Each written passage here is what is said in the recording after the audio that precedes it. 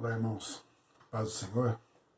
Eu quero estar compartilhando com vocês algumas orientações, um parecer sobre esse esboço que eu já compartilhei com vocês a respeito desse culto no lar dessa semana. Não tive a oportunidade, não deu certo a gravação durante o culto, mas eu quero aqui estar conversando com vocês rapidamente sobre esse texto e acredito que essa conversa pode ajudar na hora de trabalhar esse texto junto com o pessoal em casa, que você possa estar fazendo isso também na sua casa e junto com a sua família. E a ideia nossa é, dando continuidade àquela proposta, olhar para os 5 votos que eu posso fazer, que eu devo fazer com Deus para ter mais poder espiritual na minha vida. E hoje a gente fala sobre não se defender, não se defenda.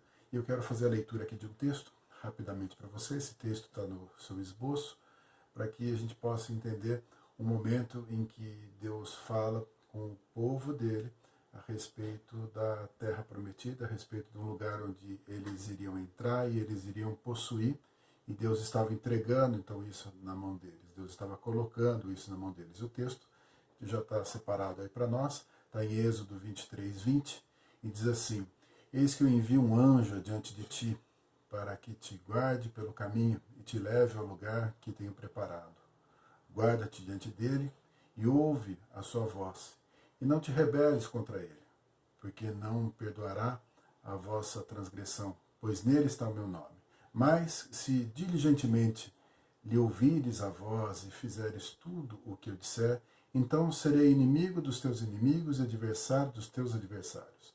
Porque o meu anjo irá adiante de ti e te levará aos amorreus, aos heteus, aos ferezeus, aos cananeus, aos heveus e aos jebuseus, e eu os destruirei. A palavra do Senhor mostra essa interferência de Deus na história do povo dele, levando esse povo para a terra prometida e dizendo que esse povo ia debaixo da bênção de Deus, debaixo de uma companhia, da presença do anjo de Deus. E esse anjo, então, iria dando vitória, ia sustentando, ia fortalecendo e faria com que o plano de Deus se cumprisse na vida daqueles homens. E a gente olha para essa ideia de Deus, então, estar à frente e estar lutando a nossa luta, como diz aqui o texto, ele diz: serei inimigo dos teus inimigos e adversário dos teus adversários. Mostra um Deus que realmente compra a nossa briga, que um Deus que é por nós, um Deus que luta por nós. E quando nós olhamos para isso, parece que nos dá um conforto de saber que Deus realmente cuida de nós, Deus luta, Deus está na nossa frente, Deus está nos preservando, está nos guardando. Mas como que isso dentro da nossa realidade, inclusive nos nossos relacionamentos? A palavra de Deus tem como versículo central que fala a respeito do amor de Deus, João 3,16, diz assim: porque Deus amou o mundo de tal maneira que deu seu Filho unigênito para que todo aquele que nele crê não pereça, mas tenha a vida eterna. Esse texto mostra o amor de Deus sobre todas as pessoas. Então, como que Deus pode amar todas as pessoas e amar a mim e me defender efetivamente dos meus inimigos ou lutar contra os meus inimigos? Será que em algum momento os meus inimigos não serão, então, amigos de Deus? E, de fato, a palavra de Deus traz para nós que esse Deus não faz acepção de pessoas. Ele ama todas as pessoas. Ele ama todos da mesma forma. É um amor incondicional. Um amor que não está relacionado ao nosso merecimento, porque nós efetivamente não merecemos. Mas Ele nos ama. E Ele então contempla a todos nós da mesma forma e tem o desejo que eu e você sejamos filhos, que a gente possa crer em Jesus Cristo e que a gente não pereça. Essa é a vontade do Senhor. Esse é o desejo do Senhor. Então, se em algum momento eu me levanto contra esse projeto de amor de Deus, se eu me posiciono contra esse projeto, eu estou indo contra a vontade de Deus. E como nós estamos falando de votos que colocam a gente debaixo de uma condição para receber o poder de Deus, se eu me defender, se eu me posicionar dessa forma contrária às pessoas, entende que eu estou colocando essas pessoas como inimigos eu estou indo contra a vontade de Deus. Deus espera que eu e você sejamos abençoados, sejamos cuidados, que sejamos salvos, mas isso Ele espera de todas as pessoas. É a vontade do Senhor que todos se salvem. E muitas vezes nós nos defendemos porque nós queremos defender a nossa reputação, nós queremos ter uma defesa de quem nós somos, de como que nós somos avaliados, como que nós somos considerados, qual é o valor que nós temos. Então nós muitas vezes defendemos a nossa reputação, nós queremos defender a nós mesmos, nós queremos que de alguma forma as pessoas nos avaliem bem.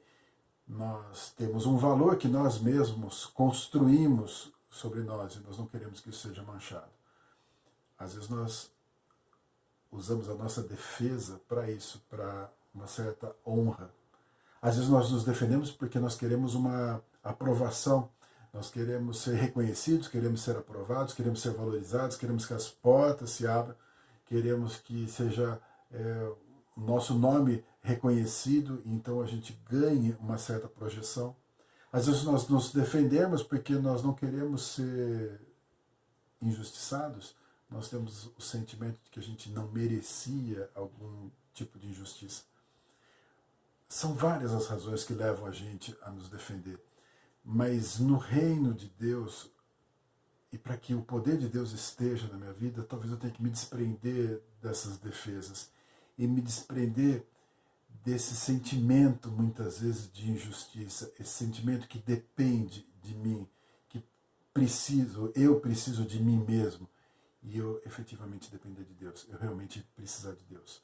E eu quero olhar então para algumas expressões, um pouco da palavra de Deus, que a gente pode entender que são valores que a palavra nos traz e mostra para a gente por que a gente não precisa efetivamente nos defender. Primeiro, quero considerar o próprio exemplo do Senhor Jesus, quando ele deixa claro que o reino dele não é daqui. Nós entendemos que Jesus teve um ministério terreno e que ele sofreu, que ele foi perseguido, que ele foi injustiçado, que ele foi julgado, que ele poderia pedir uma interferência do céu sobre a vida dele para livrar ele de qualquer tipo de injustiça, mas ele não se defendeu. Ele tinha uma consciência da sua missão, daquilo que ele estava fazendo, do que efetivamente ele estava fazendo nessa terra. E diz assim em João 8,36, respondeu Jesus, meu reino não é desse mundo, se o meu reino fosse desse mundo, os meus ministros se empenhariam por mim, para que não fosse eu entregue aos judeus, mas agora o meu reino não é daqui. Ele tinha essa sabedoria, essa consciência. E nós também devemos ter uma consciência de que nosso reino não é daqui. Ou seja, o nosso tempo que nós passamos aqui, ele é um tempo pequeno perto da eternidade que nós teremos com o Senhor. Ou seja, o nosso reino, eu não preciso receber uma coroa aqui, eu não preciso ser exaltado aqui, eu não preciso ser reconhecido aqui. Não é necessário isso não vai me satisfazer, porque não é esse o objetivo da minha vida. Paulo, quando escreve aos Coríntios, ele traz uma verdade para nós muito interessante, onde ele faz, dentre as várias comparações que ele faz entre aqui e o reino vindouro, ele diz que a nossa leve e momentânea tribulação produz para nós eterno peso de glória acima de toda comparação. Não atentando nós nas coisas que se veem, mas nas coisas que se não veem, porque as que se veem são temporais e as que se não veem são eternas. A comparação entre o presente e as coisas vindouras. Ou seja, se o meu reino não é daqui, eu não preciso ser defendido segundo as regras desse reino. Eu não preciso ser defendido segundo as marcas desse reino. Afinal, Deus é minha justiça. Meu reino não é daqui. Deus é minha justiça. Ou seja, se alguém me atacar e me ofender, será que eu preciso realmente revidar? Veja o que o Senhor Jesus diz no Sermão do Monte. Ouviste que foi dito olho por olho, dente por dente, eu porém vos digo, não resistais ao perverso, mas a qualquer que lhe ferir na face direita, volta-lhe também a outra. E ao que quer demandar contigo e tirar-te a túnica, deixa-lhe também a capa. Se alguém te obrigar a andar 1 milha, vai com ele 2. Dá a quem te pede e não volte as costas ao que deseja que lhe emprestes. Quando Jesus está trazendo essa verdade para nós, ele está dizendo, olha, se alguém te ofender, você não tem que revidar. Você se humilha. Você está numa posição onde você não precisa disso, onde você não precisa revidar, onde você não precisa retribuir. Se alguém quiser explorar, você cede, não tem por que você não ceder. Se alguém quiser tirar algo de você, deixa, porque Deus é um Deus que traz todas as coisas, que sustenta de todas as formas. Se alguém te obriga a fazer algo que te incomoda, você pode até ajudar a quem te ofende, porque a palavra te ensina, inclusive, a amar quem te persegue, a orar por quem te persegue. Se alguém pedir algo para você, não resista em emprestar, pelo contrário, doe, entregue. Ou seja, se desprenda de tudo isso. Tudo isso mostra que realmente Deus é o nosso juiz, Ele é que cuida de nós, Ele é que nos sustenta, Ele é que supre de todas as formas. Eu não preciso ter medo de ser ofendido, de ser de alguma forma abusado, de alguém me explorar, de alguém tirar proveito de mim. Não faz a menor diferença. Não faz a menor diferença porque nós dependemos totalmente do Senhor. Então, quando nós nos posicionamos dessa forma, nós estamos deixando de lado aquele desejo da gente se defender. Nós precisamos nos desprender disso para que o poder de Deus prevaleça em nós. E a gente precisa ter, então, a ideia de que nós não entendemos todas as coisas. Nós não temos uma consciência completa das coisas. As coisas espirituais, o reino ao qual eu me submeto, ele ainda não é totalmente compreendido por mim. Eu não tenho todo o entendimento a respeito do reino. Eu não tenho toda a sabedoria a respeito do reino, das coisas que estão acontecendo. E muitas vezes eu vou me submeter à vontade de Deus, ao plano, ao projeto de Deus, mesmo que isso seja um processo de humilhação. E não é um problema. Não é um problema porque eu confio em Deus. E eu sei que o plano dele vai se cumprir. Eu sei que o plano dele, então, vai se realizar.